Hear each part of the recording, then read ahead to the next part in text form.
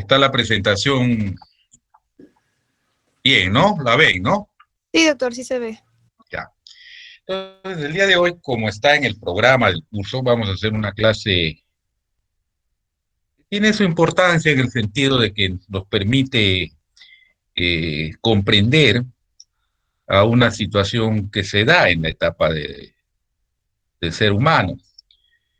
Como todos ustedes saben, la enfermedad es un acontecimiento común en la vida del ser humano. Por lo menos vamos a enfermar una vez, pero lo real es que vamos a enfermar más de 2 veces, más de 3. No hay un número determinado de enfermedades.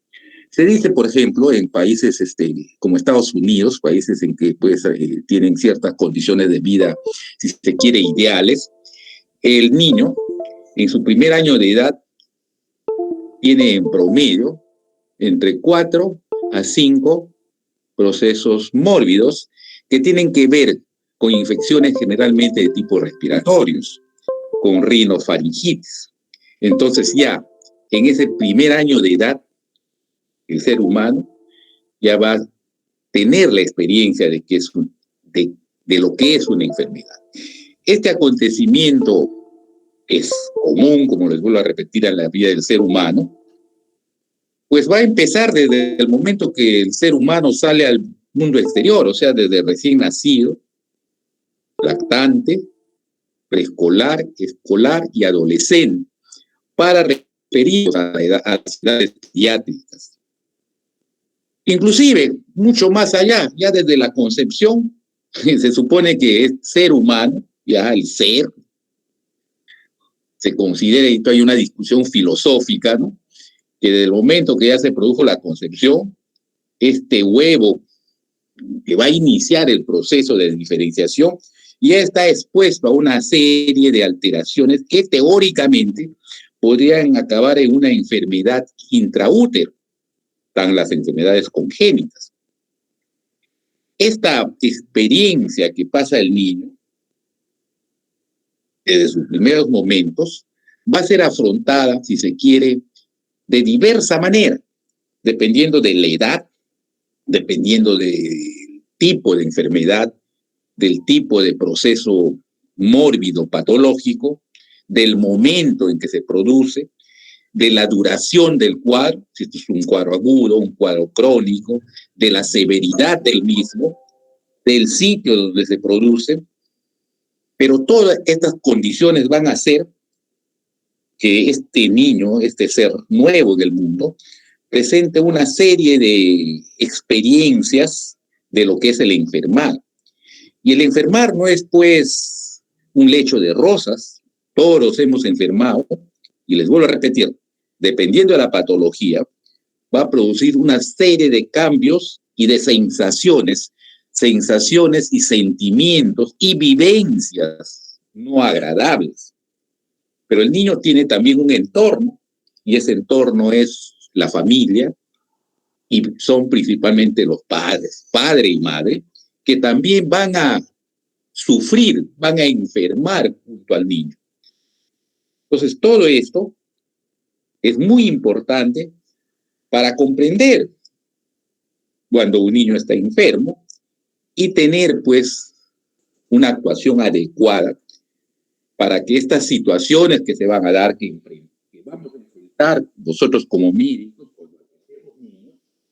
sepamos comprender y hacer que este proceso que se llama de salud e enfermedad sea lo menos traumático para este nuevo ser.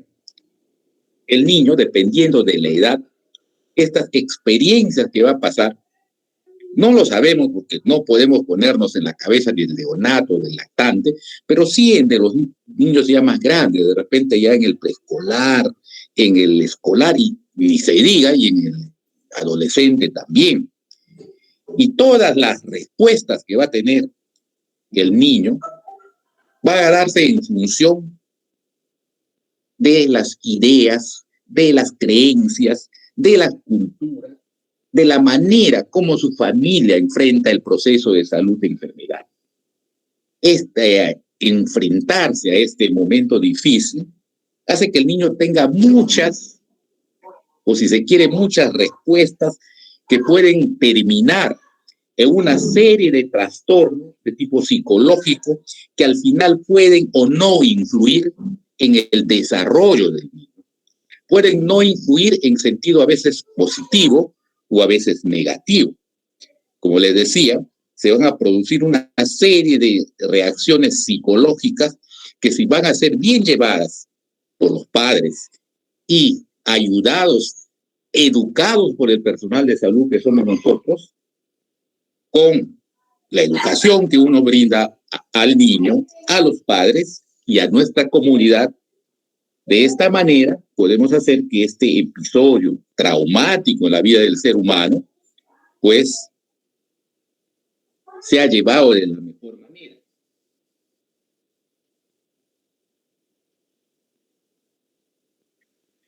Cuando nosotros empezamos a un niño para hacerle una evaluación médica, sea esta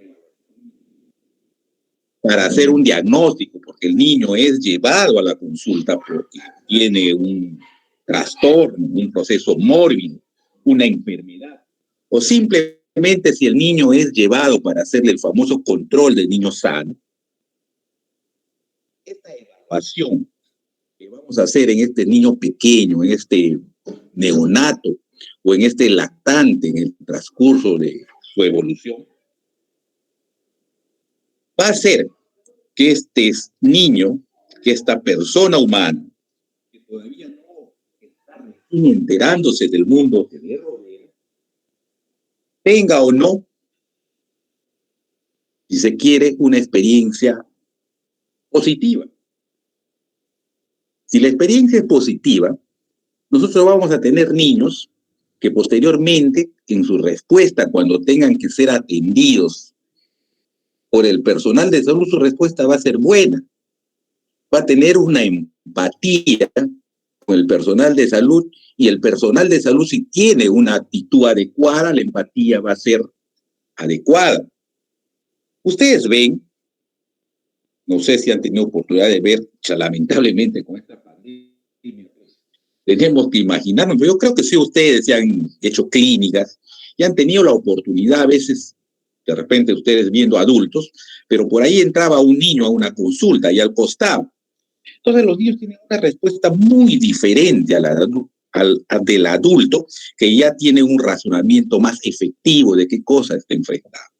Hay niños que responden con actitudes negativistas hacia la evaluación clínica, con actitudes a veces hasta agresivas frente al médico o las enfermeras frente al personal de salud, con actitudes que incluso niños entran y empiezan a dar patadas a la enfermera, al médico.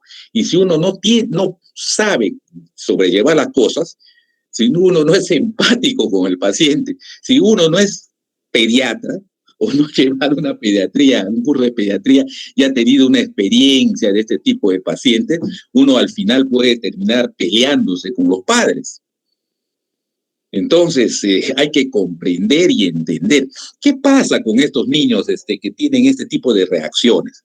Lo que pasa es que han tenido pues malas experiencias, que los cuidados que han recibido cuando han estado enfermos en una primera oportunidad no han sido los adecuados. También se ve este tipo de respuestas inadecuadas, este estrés que tienen los niños a veces cuando enfrentan al examen clínico, cuando van a una consulta, es porque han recibido de repente tratamientos invasivos que tienen que ver con experiencias no adecuadas, experiencias que muchas veces pueden marcar y producir una serie de trastornos psicológicos en el desarrollo del niño. Por ejemplo, la administración de inyectables.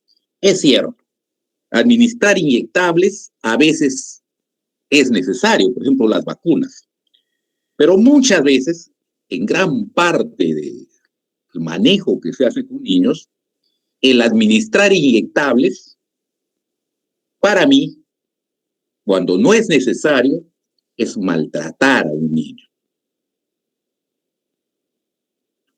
El administrar inyectables hace que ese niño tenga una experiencia ya traumática cuando enfrenta una situación médica Por eso, un concepto importante cuando nosotros tratamos niños es tratar de evitar en lo posible los procedimientos invasivos y el administrar un inyectable intramuscular a un niño. Mucho más aún, si muchas soluciones, muchos medicamentos son dolorosos, deben tratar de evitarse y solamente administrarse cuando es clínicamente necesario e indispensable. Cuando nosotros enfrentamos niños, a veces son los mismos padres quienes insisten en que administremos medicamentos por vía parenteral intramuscular, por situaciones que muchas veces no son necesarias. Paciente que viene con fiebre, es usual que la mamá, que el papá se desespere, sobre todo las mamás, por la fiebre. Hay en nuestro medio, en nuestra sociedad, una fiebrefobia, ¿no? Todos los padres de niños pequeños, aún padres a veces con mucha cultura, profesionales, creen que la fiebre los va a matar, o creen que la fiebre les va a producir un daño neurológico o les va a producir meningitis. Y exigen muchas veces que cuando ante una fiebre se administren medicamentos parenterales. De la misma manera, ¿no? Hay la idea, sobre todo en los sectores bajos de bajo nivel cultural, educativo en nuestro medio, que las medicaciones parenterales intramusculares son mucho más efectivas que las medicamentos administrados por vía oral. Y que muchas veces con una sola administración de un medicamento por vía parenteral es suficiente para terminar con una patología. Les vuelvo a repetir, todas estas intervenciones realmente son, si se quiere, dañinas, son un maltrato a un niño cuando no necesita este tipo de intervenciones. Las intervenciones tanto terapéuticas como de diagnóstico, que tengan que ser invasivas, deben pedirse cuando sean necesarias. Ustedes todavía no son padres. Cuando ustedes sean padres, cuando tratan a un niño, tienen que ser empáticos y ponerse en la situación que el niño que llega a ustedes es su hijo. Ustedes no quisieran hacer a su hijo, ¿no? Lo que de repente están haciendo con este niño. Cuando uno hace una evaluación, entonces va a tener un trato directo con los padres. Y el trato con los padres y con el niño, la actitud que tiene el médico en el trato con los padres y con el niño, va a ser muy importante, primero, para tener una respuesta adecuada en cuanto al que los padres se acojan al diagnóstico y al tratamiento que usted le va a dar. Y en cuanto al niño, en cuanto él se confíe frente a usted. Ustedes pensarán que de repente yo les estoy hablando piedras. Ante un niño pequeño, ¿qué va a suceder eso? Pero por más que ustedes crean que esto no es así, yo veo lactantes. De repente, en la primera vez que me enfrento a esos padres, que me enfrento a ese niño, puedo tener de repente no una llegada adecuada, principalmente frente al niño. Pero si yo tengo un trato adecuado con ese lactante, ¿no? Con ese lactante, cuando ese lactante va siéndose ya continuador, ese lactante va a tener una actitud adecuada frente al médico, aunque ustedes no lo crean. El lactante reconoce, así como reconoce a su papá, a su mamá, a sus abuelos en su entorno, cuando tiene una continuidad en su control de niño sano, por ejemplo, y es atendido en una forma empática y adecuada, clínica, ¿no? Va a tener una respuesta adecuada, no va a tener temores, va a entrar en confianza con el médico o con la enfermera examinadora en el caso, por ejemplo, de los controles de niños sanos. Y cuando le cambia de personal, entonces el niño se da cuenta. Y les vuelvo a decir, esto no solamente se da en los escolares o en los escolares, ya pues ya tienen la capacidad de comprender su entorno, se da hasta en los lactantes. De repente en los lactantes muy pequeñitos no, pero bien el lactante que tiene entre 4 meses para adelante, 4, 5, 6, 7, 8 meses, y tiene su fidelidad hacia su médico que le controla, que lo ve, esta fidelidad, el entregarse el niño a su médico, a su pediatra, se da. Si es que el pediatra, si es que el médico ha tenido la empatía suficiente para darle una atención adecuada. Esta atención adecuada no solamente tiene que ver con el niño, tiene que ver también con los padres. La cortesía es el primer requisito que uno debe tener para tener una llegada adecuada y un resultado positivo cuando uno hace un diagnóstico primero y un tratamiento adecuado a un paciente pediátrico. Por eso se trata de tanto desde el punto de vista de la manera de hablar, del médico hacia los padres, la voz, si se quiere, no de una autoridad, no con la voz de un mandón, sino con una voz que te ponga a los padres y al médico, en este caso, a un mismo nivel, a un nivel horizontal. Este trato dado hacia los padres a un nivel horizontal y con cortesía es, si se quiere, perseguir este trato adecuado va a perseguirlo el niño y lo va a hacer bien, consciente y inconsciente.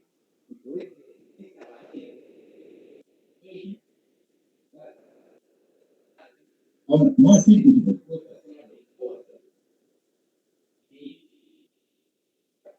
La manera de hablar es muy importante. Hay colegas, y ustedes han visto, que las personas son a veces muy mandones. Creen que el médico siempre, lamentablemente, esto es uno de los aspectos a veces que incluso me pasa a mí, ¿no? Cuando uno tiene a personas de repente de nivel socioeconómico, educativo, un poquito inferior, y a veces uno levanta la voz, ¿no? Levanta la voz el sentido de que uno quiere hacerse un poco mandón, un poco autoritario. Estas formas de trato no son las más adecuadas. Y hay muchas veces que muchos pacientes, muchas personas, uno cree que tienen pues, niveles un poquito menores de educación, te pueden cuadrar, te pueden decir, doctor, no me grite. Y esto es vergonzoso que esto suceda.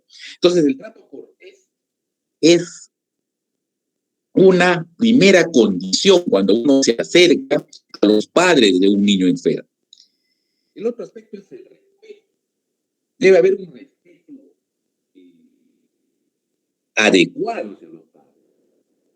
El tratar en forma adecuada a los padres de un niño hace que el niño perciba esta valoración a sus padres y hace que estos niños finalmente en su evolución que van a tener en el transcurso de sus años y de su vida, es muy importante para que precisamente tengan primero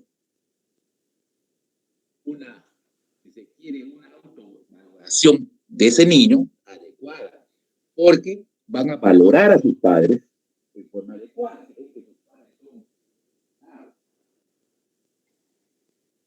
Comprensión. Nosotros los médicos a menudo conductas a veces muy adecuadas. de los niños. Les decía, ¿no? El ejemplo anterior, un niño que entra y se pone agresivo y que comienza a tener, ¿no? Si no la comprendemos de este niño, es a veces también ponernos agresivos o ponernos, si se quiere, autoritarios. La respuesta frente a un niño, ¿no?, que es agresivo cuando empieza, debe empezar, ¿no?, por tratar de comprender por qué este niño es agresivo, por qué se porta así, porque ha tenido malas experiencias. Entonces el tratamiento a los padres que les dije anteriormente, y el tratamiento al niño con respeto y con comprensión, llamarlo por su nombre. O sea, cuando el paciente entra, ya uno se fija en la historia clínica, ¿no? Dice Castillo, Fujimori, Pedro. Castillo, o el paciente Fujimori, el niño Pedrito, ¿ya? Entonces el llamarlo por su nombre, el niño, aún sea un lactante, ¿no? Mucho más aún cuando es un niño ya, pues, un preescolar o un escolar. El llamarle es por su nombre, el individualizar al niño, hace que estos niños a veces con conductas muy adecuadas paren la oreja. Es cierto que dependiendo de la respuesta que tenga el niño, el médico puede después inclusive tratar de imponer también cierto respeto, también puede levantar la voz al niño para que se calme, ¿no? Entonces, el comprender y el ir manejando con cierta elasticidad y con una observación adecuada de movimientos más no adecuados que tiene el niño, va a hacer que tengan mejores respuestas. Del mismo modo, hay muchas veces actuaciones de los padres no muy adecuadas, o padres que han sido maltratados en cuanto a su atención de su niño en otros sitios y que vienen ya a la defensiva, ¿no? Vienen ya a la defensiva, a tratar de ser un poco, quiere, hostiles con el médico. Entonces uno debe con calma comprender la situación y darse cuenta que estos pacientes, que estos padres posiblemente hayan sido maltratados, ¿no? Tratar de bajar de la voz, entrar en una conversación adecuada, decirles que comprendemos su problema, escucharles con interés y luego dar las explicaciones necesarias del caso. Toda esta actuación unida a la manera como recibe el médico, la manera como se expresa el médico, va a hacer que estos padres, ¿no?, y este niño, ¿no?, porque tanto la comprensión, la simpatía y el ser amable van para los dos lados. El niño siempre va a estar al lado de sus padres. Es un binomio inseparable. Si tú quieres tener una respuesta y un trato adecuado a los niños, la respuesta, el trato adecuado, la simpatía, la comprensión y la amabilidad se da para las dos partes, para el niño y para los padres.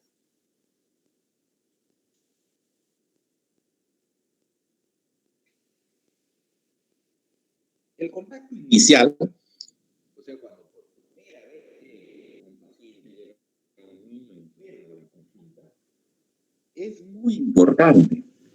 De este contacto inicial va a depender, si se quiere, el fracaso o, si se quiere, el éxito de la relación médico-paciente. La relación médico-paciente en pediatría se da hacia los dos elementos, hacia el binomio. No es madre-niño, sino es padres-niño. Aunque muchas veces en nuestro medio, sobre todo, hay familias monoparenterales y son mamás solteras, o muchas veces puede haber padre también, pero la que enfrenta a veces es la mamá, ¿no? Entonces, este contacto Y el médico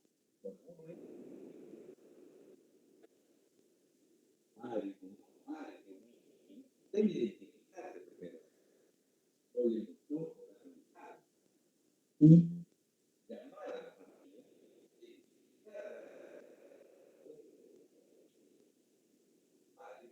y el caso del niño, pues, esa contacto inicial con todas las características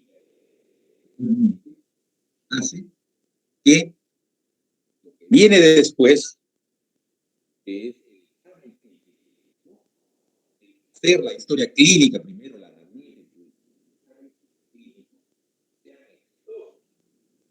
historia clínica pediátrica, como ustedes saben, puede ser por la queja principal, que las antecedentes, tanto personales como familiares, epidemiológicos, el examen físico completo, con ciertas características especiales en el niño. Siempre que uno examina a un niño, el examen físico es tal como en el examen del adulto, de la cabeza hacia los pies, por aparatos y por sistema, pero dejando para el último, salteándose la parte que es más dificultosa para el niño. Más dificultosa para el niño en el sentido de que le fastidia, le molesta. Y si ustedes empiezan con esa parte, por ejemplo, ¿no? Puede fracasar su examen físico, ¿no? Entonces han entrado ustedes en confianza y empiezan a examinar al niño, acción, palpación, percusión, todos los pasos del examen físico, para finalmente confeccionar la historia, hacer el diagnóstico, si se quiere, inicial, hacer el plan de trabajo, pedir los exámenes auxiliares si son pertinentes, como le digo, exámenes simples como una escalera, uno va desde los más complicados. Le decía que el examen físico del niño, lo último que uno examina es, ¿por qué es lo último que uno examina? La cavidad oral, sobre todo en el niño pequeño, o en el preescolar. Inclusive muchas veces ya en de 6, 7 años. Porque generalmente, si uno no hace una buena bucal, y uno a veces hay que forzar la abertura de la cavidad bucal. El forzar la abertura de la cavidad vocal para examinar la orofaringe, para examinar todo lo que es la boca, ¿no? Muchas veces uno hace, como les vuelvo a repetir, en forma forzada. Muchas veces esta forma forzada, el ingresar, por ejemplo, náuseas, hace que esta experiencia, si no es adecuada, ¿no? El niño en la va a querer abrir la boca. De todas maneras, por más que uno tenga cuidado, esta es la parte más fastidiosa para el niño. Por eso les vuelvo a repetir. La parte del examen, a pesar de que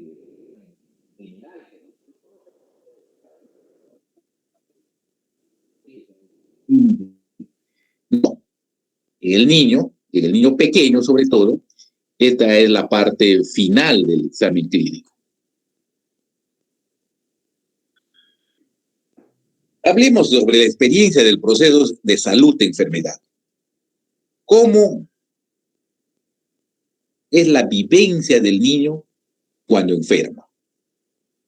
Les decía, cuando iniciamos, muchas veces es traumática en el niño pequeño. Y es traumática dependiendo, ¿no? De la edad que se produce, ¿no? Ya es un niño que puede ya darse cuenta, es un niño que está en un proceso, si se quiere, de empezar a caminar, de empezar a hablar, de empezar a asociarse con otros niños, entonces ahí esta experiencia de enfermedad va a ser mucho más, si se quiere, va a producir mayor sufrimiento que en niños pequeños. También está relacionado con el tipo de enfermedad, ¿no? El tipo de enfermedad, si es un cuadro, pues una enfermedad leve, un resfriado común, o si es una neumonía, si es una crisis asmática, o si es una enfermedad de tipo quirúrgica, o es una enfermedad en que es necesario hacer procesos invasivos, ¿no? Intervención quirúrgica, exámenes que impliquen, ¿no? Intervencionismo de cualquier tipo, tratamientos que impliquen administración de endovenosos en niños de los que a veces la enfermera encargada de abrir la vía, de canalizar la vía, muchas veces no está entrenada para manejar niños. Entonces acá hay un problema. Entonces el personal de salud que va a manejar niños, sobre todo ya hay procesos mayores, en procesos intervencionistas, que tienen que ver desde la administración, o si se quiere, desde la instalación de un endovenoso, de una vía, ¿no? Tiene que ser personal entrenado, tiene que ser personal entrenado y personal que tenga afinidad hacia los niños, porque esta experiencia es demasiado traumática cuando pues el proceso fracasa. Muchas veces, a veces este proceso fracasa, a veces no siempre por la falta de entrenamiento del personal. Hay muchas patologías, ¿no? Severas, ¿no? En que a veces hace muy difícil el abrir una vía. Un niño que entra chocado, entonces tenemos que tener un personal de enfermería bastante capacitado para esto, ¿no? Cualquiera, un niño chocado, un lactante chocado gordito, por ejemplo, ¿no? Encontrar una vía ahí rápida muchas veces no es tan fácil, y el entrar a este momento invasivo significa mucho sufrimiento para el niño. Cuanto más uno pique y pique y meta la aguja por acá, al otro brazo, a la otra pierna, en la cabeza, es terrible. Es realmente terrible.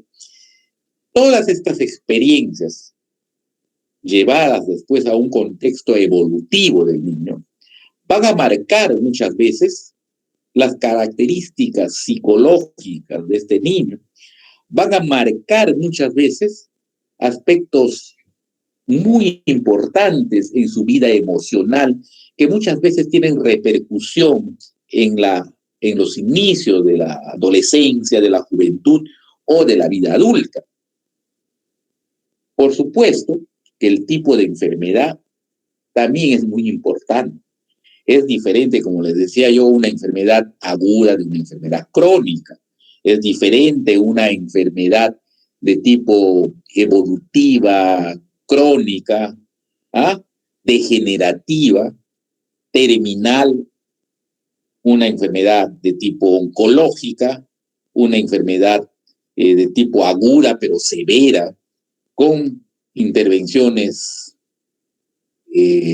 invasivas en el organismo del niño. Experiencias anteriores, ¿no? Cuando un niño ya ha tenido experiencias anteriores y las experiencias anteriores no han sido tan buenas, entonces la colaboración del paciente, la aprehensión del niño, aún que este niño sea pequeño, ustedes parece, de repente no crean, pero hay lactantitos que se hospitalizan a veces 3, 4, 5 veces, y a la tercera, cuarta vez que se hospitalizan son niños que lloran bastante, que sufren bastante. Hay todo un sufrimiento en el niño.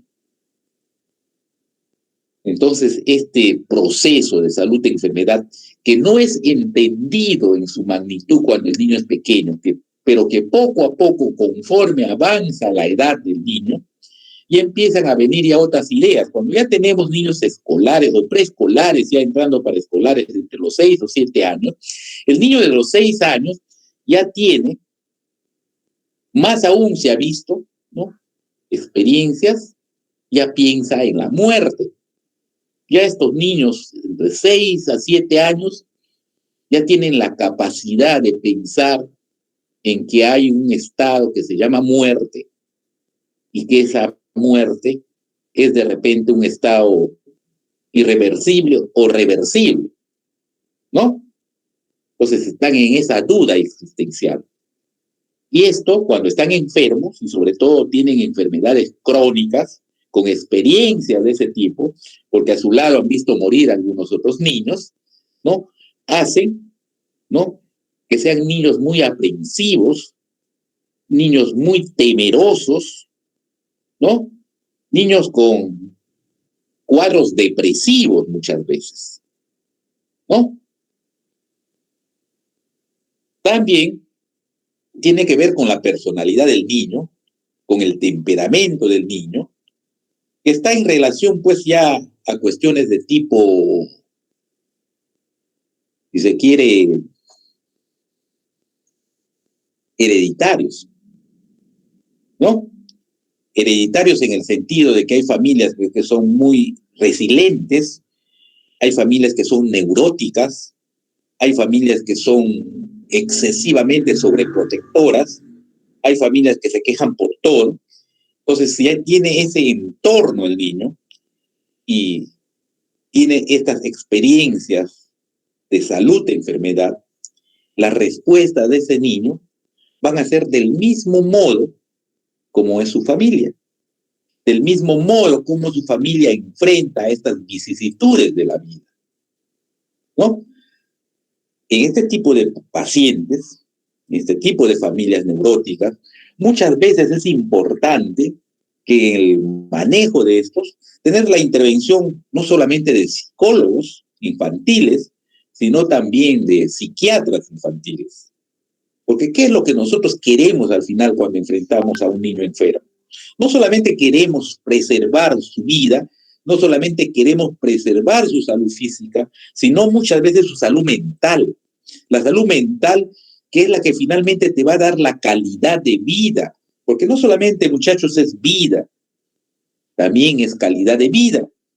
¿De qué vale una persona, un niño, uno que fue niño y que después es joven, después es adulto joven, si está vivo, si se ha logrado hacerle vivo, pero que tiene una serie de traumas que se van a convertir en una serie de respuestas neuróticas que va a hacer que ese paciente sufra, va a hacer que esa persona sufra, va a ser un ser sufriente?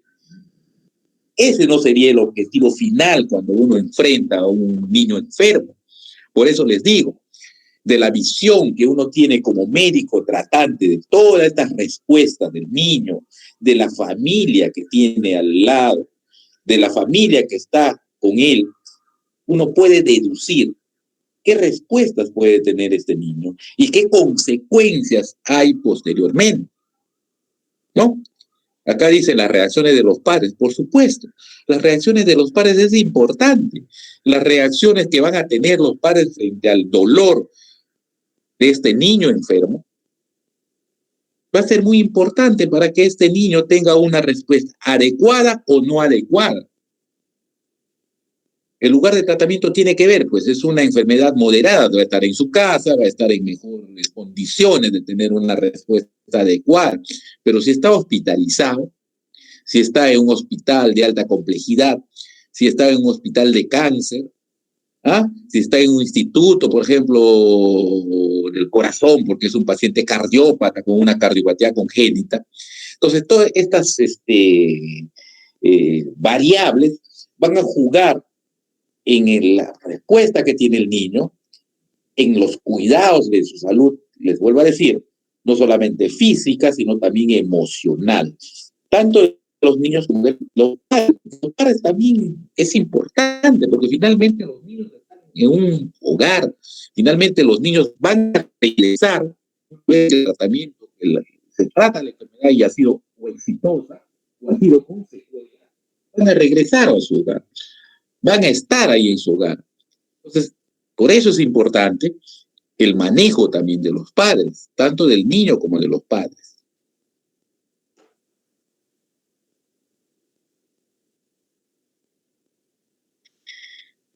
Cuando hospitalizamos un niño, va a haber una serie de consecuencias. Por eso, tener mucho cuidado cuando uno hospitaliza a un niño. Cuando uno hospitaliza a un niño debe tener pues una correlación, debe estar justificado en cuanto a la patología, la severidad de la patología, las potencialidades de que la patología se complique. Entonces yo hospitalizo. Las características de los padres, ¿no? De repente son padres que pues son muy pobres, no tienen las condiciones adecuadas para tratar a su hijo, entonces yo lo hospitalizo, ¿no? De repente son padres muy descuidados, uno se da cuenta, ¿no? Son papás descuidados, padres adolescentes, y el niño potencialmente puede evolucionar mal. La patología es una patología que tiene potencialidades de evolucionar mal, o simplemente el niño está mal, entonces yo hospitalizo a ese niño. ¿Ya? Entonces, todas estas consideraciones hay que tener en cuenta. Para ponerles un ejemplo, yo preguntaba a algunos alumnos, cuando tratábamos el tema de neumonía, si todas las neumonías deberían ser hospitalizadas. Y el 90% de alumnos me decían que sí.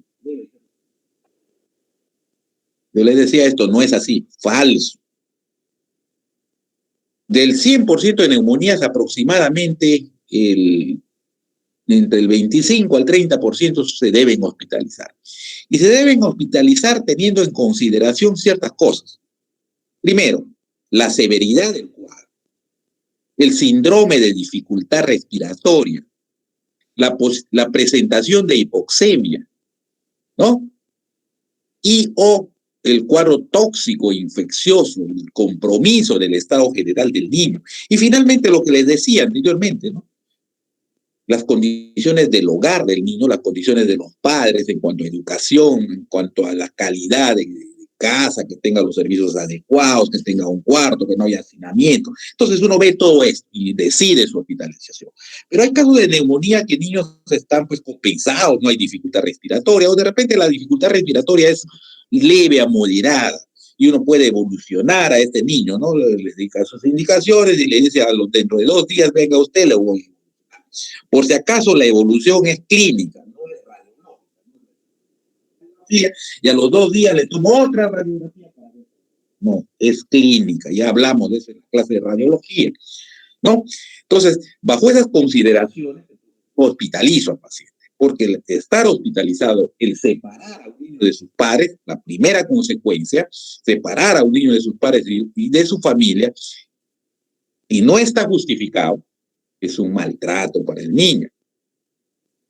Por supuesto, la edad y el momento evolutivo van a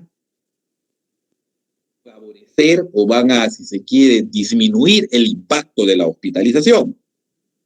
Les decía, ¿no? Las características del niño y el ambiente familiar van a jugar en cuanto hospitalicemos o no al niño, ¿no? Y también la característica, la severidad de la patología, lo que dice acá, la enfermedad y su tratamiento.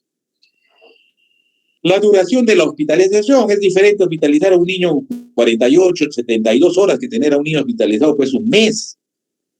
Eso es lo que se llama hospitalismo. Pero al final va a haber hospitalismo, va a haber un cuadro depresivo, va a haber un cuadro de dependencia, ¿no? Va a haber muchos problemas de tipo psicológico. La información es muy importante. Ahora con la epidemia del COVID, con todas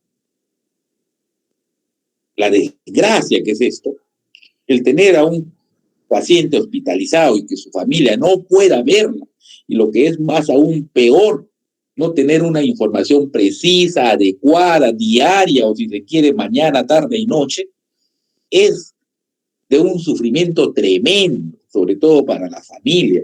Cuando una persona enferma, más aún en los niños, no solamente se enferma el niño, se enferma toda la familia. Toda la familia sufre, ¿ya? Entonces, no es solamente el niño, sufre toda la familia. El ambiente hospitalario, cómo es el hospital y cuál es la actitud del personal. Esto es importante tanto para el niño hospitalizado como para la familia, ¿no? Entonces, todo esto nos va a dar una respuesta o no adecuada. Acá tenemos las respuestas más comunes, más frecuentes, de repente las más, si se quiere, no las más graves, pero las que siempre hay, ¿no? ¿Cómo responde un niño cuando está hospitalizado o post-hospitalizado, cuando ya terminó la hospitalización? La regresión es muy común, ¿no? Niños que ya controlaban sus esfínteres empiezan a orinarse en la noche, a no controlar el esfínter anal. Es todo una regresión, una desgracia. Niños que hablan correctamente empiezan a tartamudear, empiezan ya no saben hablar, se olvidaron de hablar. Y hay una preocupación de los padres, e incluso viene hasta de repente una queja y hasta una querella judicial. Mi hijo entró por neumonía, pero le han dañado, ya no sabe hablar, ya no puede hablar, está mudo, ¿no? La oposición, ¿no? Entonces niños se vuelven, se quiere contreras, dan la contra por todo, ¿no? Le dicen que se siente, se levanta, ¿no? Entonces hay una oposición, una lucha de los contrarios, con los padres, con los maestros o con los mismos médicos. El niño se vuelve inhibido, se retrae, está en un rincón, no juega con sus amigos, está triste, no duerme, no puede dormir, se vuelve muy emotivo, llora por nada, aumenta las demandas afectivas, quiere estar con la madre, quiere estar ahí prendido, abrazado con la mamá o con el papá o con los dos.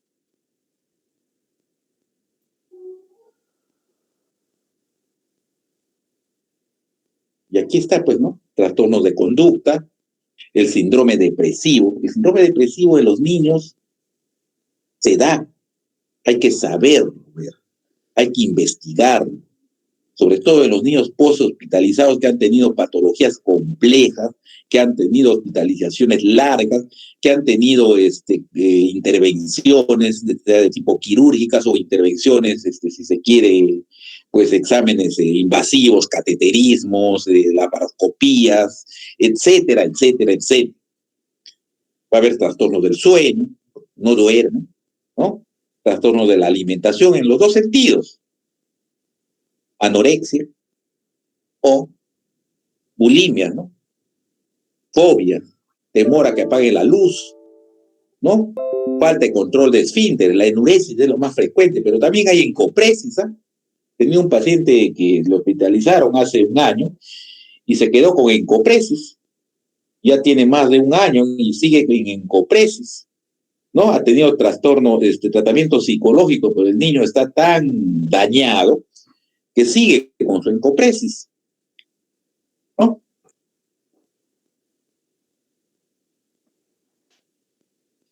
La familia también se trastorna. Y este trastorno psicológico al final no va a ser adecuado, porque va a formar niños con personalidades patológicas, con problemas psicológicos, de psicopatología. Todas estas manifestaciones familiares que se dan frente al niño enfermo o frente al niño post-enfermo, sobre todo que ha estado hospitalizado por largo tiempo, de sobreprotección, de tolerancia excesiva, de interdependencia afectiva, ¿no? Sentimientos de culpabilidad, de agresiones entre papá y mamá, se echan la culpa, no, el papá tiene la culpa, la mamá la tienes tú, la tengo yo. Angustia, culpa, tristeza, un síndrome depresivo en los padres.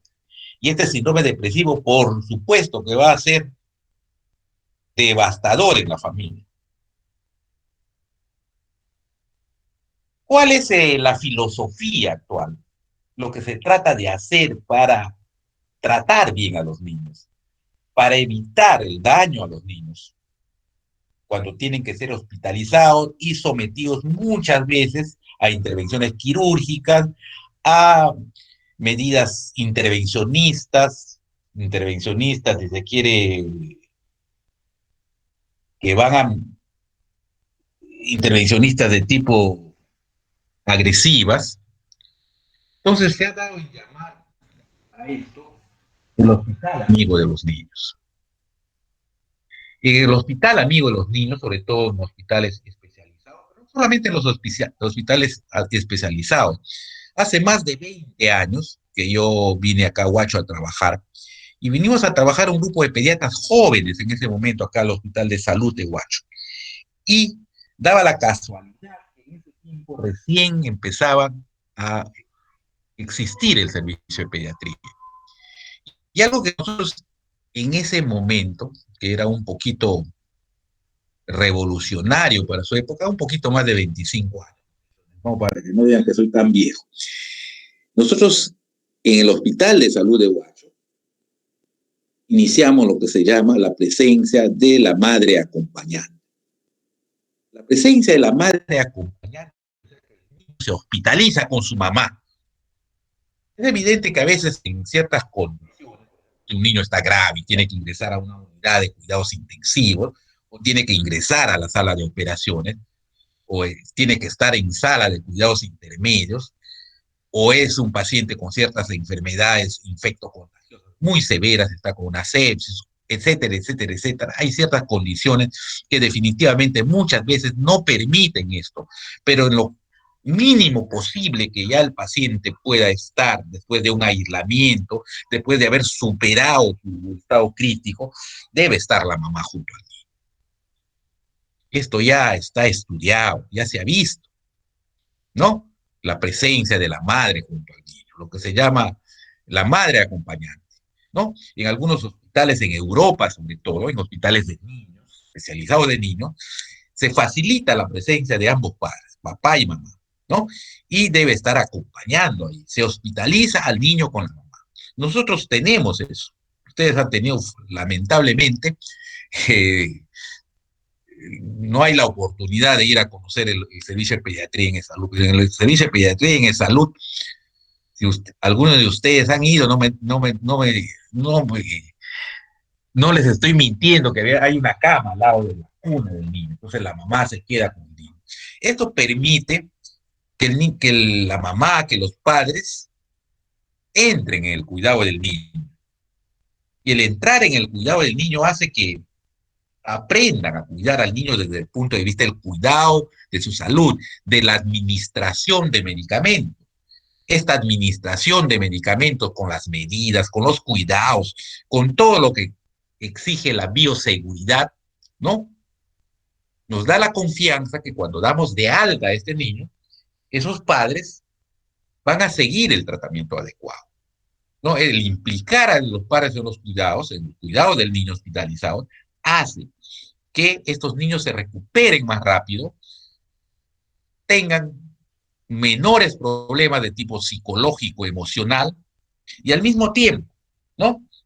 Los padres están informados, están con el niño, la mamá está con el niño, está ahí. Por supuesto que a pesar de estar ahí, la mamá quiere que el médico tratante le informe, hable con ella y le indique la evolución del niño, pero ella lo está viendo, ¿ya? El otro aspecto importante es tratar de posibilitar la visita de los hermanos. Esto todavía no hemos logrado. No hemos logrado porque hay la idea, ¿no? Sobre todo en las enfermedades infectocontagiosas, que los niños, otros niños podrían contaminarse. Hay la idea que, o mejor dicho, hay la disposición que viene de arriba, que los niños no deben entrar al hospital. En parte, esto es cierto, pero en las áreas pediátricas, sobre todo en los niños que no tienen enfermedades infectocontagiosas o que ya han superado el periodo de contagiosidad, se debería posibilitar la visita de los hermanos, ¿no? Porque esta posibilitar la visita de los hermanos hacen que esa familia, que ese niño y que los otros hermanos, ¿no? Superen toda esta problemática que da el tener un hermano enfermo.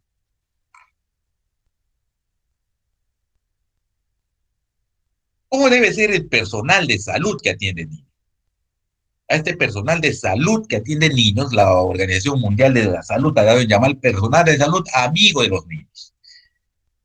No solamente atender las necesidades físicas del niño, no solamente atender su enfermedad, sino saber detectar y saber tratar los problemas y satisfacer las necesidades emocionales del niño. Por supuesto, de acuerdo a su edad, ya les decía, ¿no? Que los niños que ya empiezan a tener razonamientos lógicos, que ya empiezan a pensar en lo que es la enfermedad, en los que se preguntan en su interior y dicen, ¿por qué me sucede esto a mí? Es que me he portado mal contra mi mamá. El sentimiento de culpa, ¿no?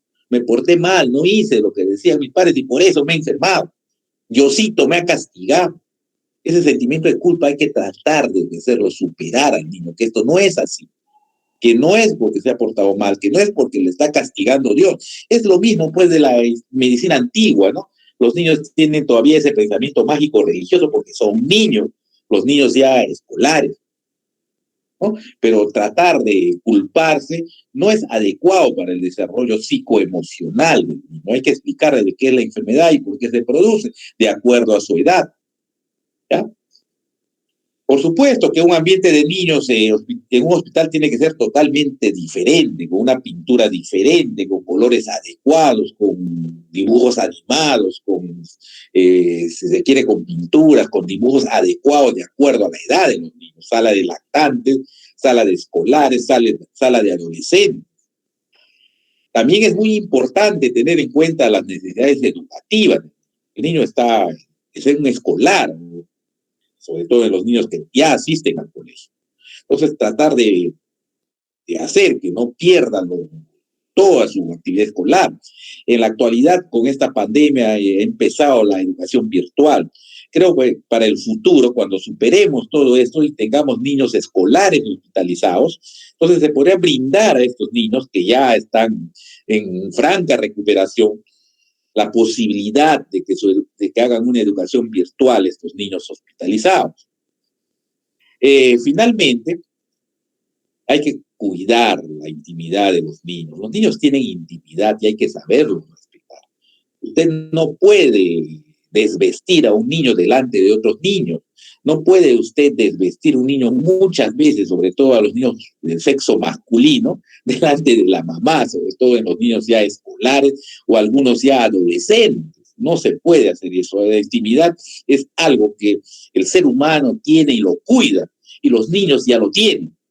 Entonces, todas estas medidas, tanto de la institución hospitalaria como del personal de salud al cuidado de los niños, pueden hacer que la atención en este niño enfermo sea la más adecuada, sea la más ideal.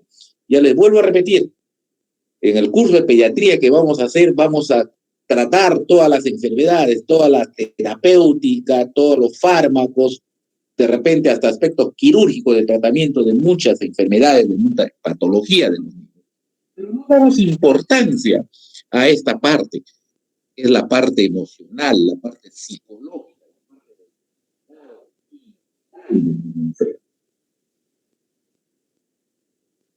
Creo que hemos tratado de abarcar en pocos minutos, hacer un rápido resumen de lo que esto conlleva, ¿no? Si hay alguna pregunta por ahí. Muchachones.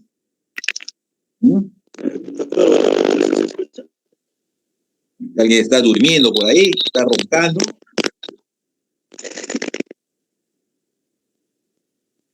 Creo que no hay preguntas, ¿no, Andrea? ¿Dónde está mi delegada? Delegada. ¿Escucharon la clase o no la escucharon? Sí, doctor. Sí, doctora. Ya, es una clase, si se quiere, para los que van a hacer psiquiatría infantil, ¿ya? Es una clase muy importante en el sentido de que el ser humano es un ser psicobiosocial, ¿ya? Es uno solo, y hay que comprender estos aspectos para que al finalmente nuestro manejo, nuestro tratamiento sea pues integral, ¿ya? y sobre todo en el caso de los niños, les vuelvo a repetir, es una unidad con la mamá principalmente, pero también con el papá, con la familia, ¿ya? Entonces, por ejemplo, el madre acompañante es algo que se debe hacer en todos los hospitales, lo más posible, ¿ya?